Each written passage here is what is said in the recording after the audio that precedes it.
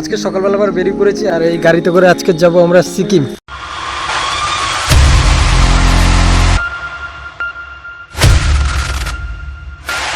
আমরা এখন না পাহাড়ে উঠছি, ওই পাশ থেকে মানে ব্রিজ টপকে এখন এই সাইডে চলে এসেছি।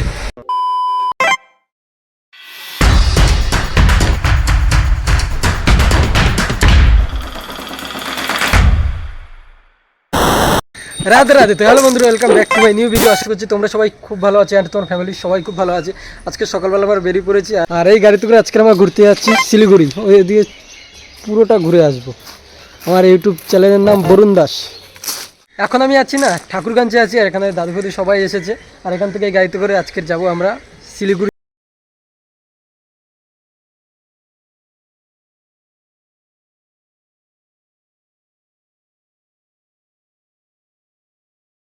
এখন প্রায় 10টা বাজে, এখন আমরা বেরোবো।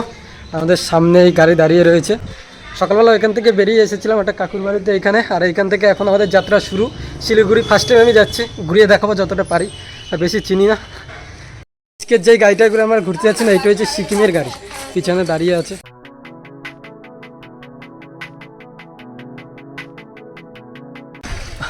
চলো এখন গাড়িতে উঠি, একদম জানলার পাশে।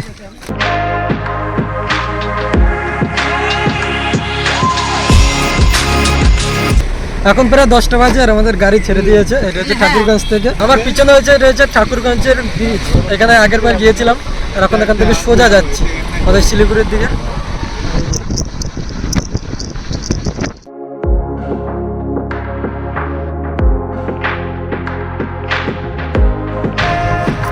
এখানে আমাদের একটু চেক ইন হয়েছে, তারপর এখন বেরিয়ে যাচ্ছি।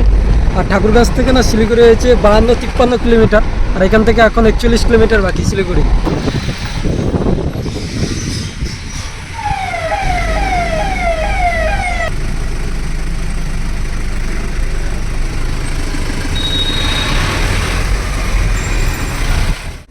আমরা এখন চলে এসেছি কুকরাহাটিতে, আর এই কুকরাহাটির পাশে না দু সাইডে চা বাগান ভর্তি, মানে এই সাইডেও চা বাগান, এই সাইডেও চা বাগান, দুই সাইডে হয়তো চা বাগান। ওই সাইডে ঠাকুরগঞ্জ ওই সাইডে ঘুরে এসেছিলাম, এইখানে বড় বড় চা বাগান আছে।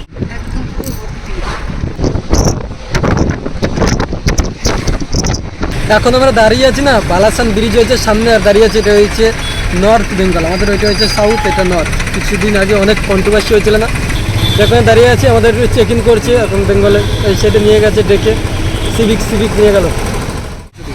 সামনে হয়েছে ব্রিজ। আমাদের এখান থেকে শিলিগুড়ি এখন না 3 কিলোমিটার বাকি, আর এক্ষুনি আমাদের নিয়ে গেল। আমাদের এটা হচ্ছে 7 সিটের গাড়ি, আর আমরা 7 জনই বসে আছি। মানে গাড়ির সমস্ত কিছু ঠিক আছে। এটা বেঙ্গলের মধ্যে প্রবেশ করেছে তো এরকম একটু হবে। বলেছে যে একজন বেশি আছে, তার জন্য একটু টাকা পয়সা চাইছে।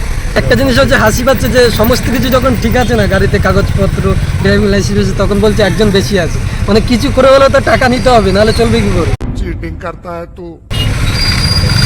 এইমাত্র আমরা নামলাম আর এই জায়গাটা হচ্ছে না বেঙ্গল সাফারি, আর এর মধ্যে হাতি জীবজন্তু ভর্তি থাকে। এই রাস্তা দিয়ে রাতের বেলা গেলে যে আমরা অনেক সময় খবরে দেখি না হাতি রাস্তায় চলে এসেছে, গাড়ি আটকে গেছে, এই জায়গাটা সেইখানে। আর এগুলো সব ফরেস্টার, মানে এই ভিতরে জঙ্গলের ভিতরে সব আর্মি ক্যাম্প আছে। আস্তে আস্তে দেখলাম যে আর্মিরা এই 2 সাইডে থাকে, সেগুলো হচ্ছে ভালো করে ব্যারিকেড দিয়ে জাল দিয়ে তারপর থাকে। আর সেটা দেখো পুরোটাই জঙ্গল পুরো।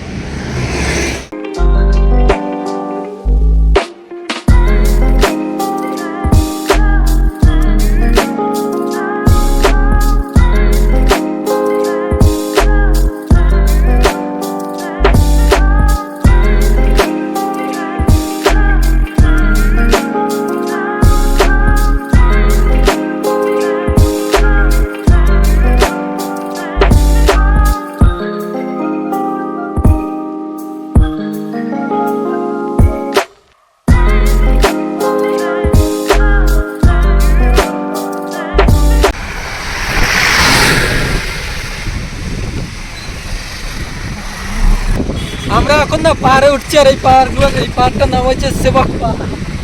এখন এগুলো সব পাহাড়ের রাস্তা এখন যাচ্ছি। আর এই রোডটা হচ্ছে গ্যাংটকের রোড, এই যে গ্যাংটকের রোড।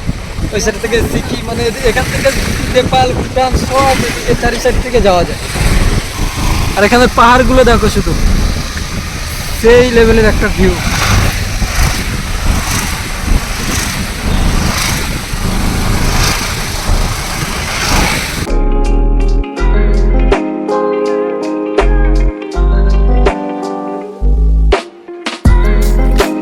এই রোডটা হচ্ছে না, এটা হচ্ছে ভুটান যাবার রোড। এই যে, আর এখানে এই একটা পাহাড় আর এই একটা পাহাড় মধ্যখানে ব্রিজ করেছে। এটা হচ্ছে গ্যাংটক, ওদিকে গ্যাংটক ওদিকে চলে যাবে।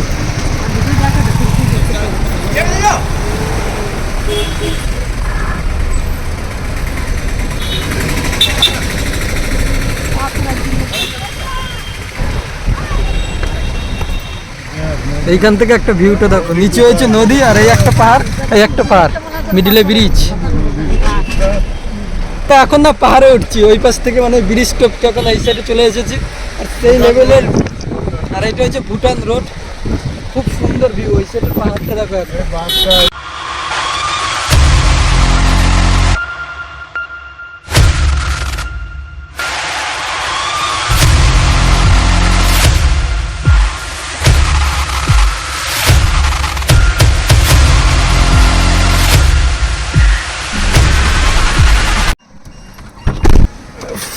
আমরা ওখানে এখানে নেমেছি, কিছু খাওয়া দাওয়া করবো। এখন প্রায় 1টা বাজে, আর এখন আছি না পুরো চারি সাইডে পাহাড় ভর্তি।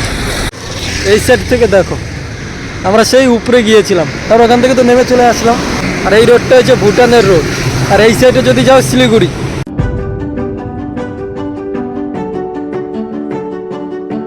এখন আমরা খাওয়া দাওয়া করে বেরিয়ে গেছি। আর এখানে যা খাবারের দাম, মানে সবজি ভাতি 130 টাকা, মাছ ভাত 170 টাকা। পিছনে হোটেলে গিয়েছিলাম খাবার দাবার খাওয়া, ঘুরতে এসে এইসব হোটেলে খেও না, শিলিগুড়ি যে খাবে অনেক কমে হয়ে যাবে।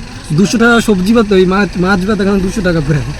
আমার ভিডিও দেখলে ভালো করে একদম বুঝে দেখবে, সমস্ত কিছু বেঁচে যাবে। মানে এখানে 200 টাকা চলে যাবে এক একজনের খেতে। আর শিলিগুড়ি যদি যাও এখান থেকে, তাহলে অনেকটা কমে হয়ে যাবে, মানে 3 জন খেয়ে নেবে ওইতে। এইমাত্র আমি প্রবেশ করলাম শিলিগুড়িতে। শিলিগুড়িতে যাওয়ার সময় দেখলাম, আসার সময় দেখলাম যে এখানে ওয়েস্ট বেঙ্গলের মধ্যে শিলিগুড়িটা পড়ে, কিন্তু কোনো জায়গায় বাংলাতে ভাই লেখা নেই। সব জায়গায় বড় বড়তে ইংলিশে লেখা। দেখো সব জায়গায়, তামিলে বলো বিহারে বলো, সব জায়গায় আগে নিজের ভাষাটা বড় করে লেখে, আর এইখানে ইংলিশটা বড় করে লিখে রেখেছে সব দোকানে। ভাই আমি বাংলা লেখা খুঁজেই পাই না শিলিগুড়িতে, যে ওয়েস্ট বেঙ্গলের মধ্যে পড়ে, বাংলা ভাষাটাকে সে সম্মানটা দেয়।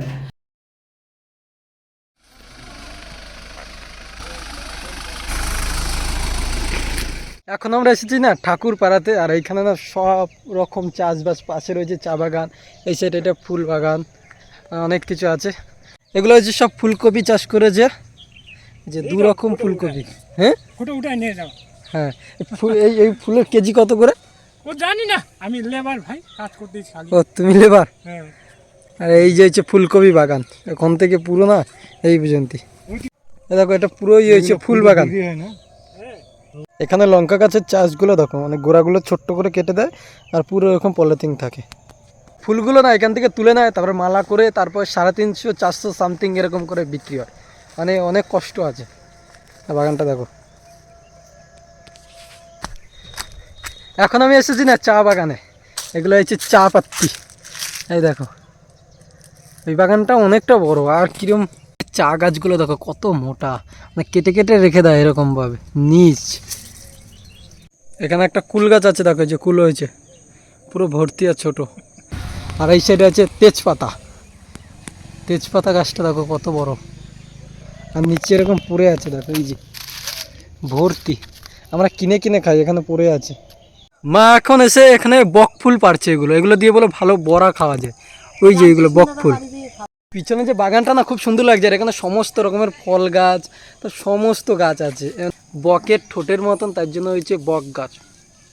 এই গাছটা হচ্ছে না দারচিনি গাছ, এই যে দেখতে পাচ্ছ, এই দারচিনি গাছের ছাল এখন হয়নি, এই যে ছোট এগুলো হর্তুকিগুলো দেই, এগুলো সব হর্তুকি। হ্যাঁ, সব গাছ আছে। মানে রান্না করতে করতে যখন যা দরকার হবে এসে পেরে নিয়ে গেলেই হবে। আমি এক্ষুনি এইটা পারলাম। এখানে কত হয়ে রয়েছে দেখো তেজপাতা।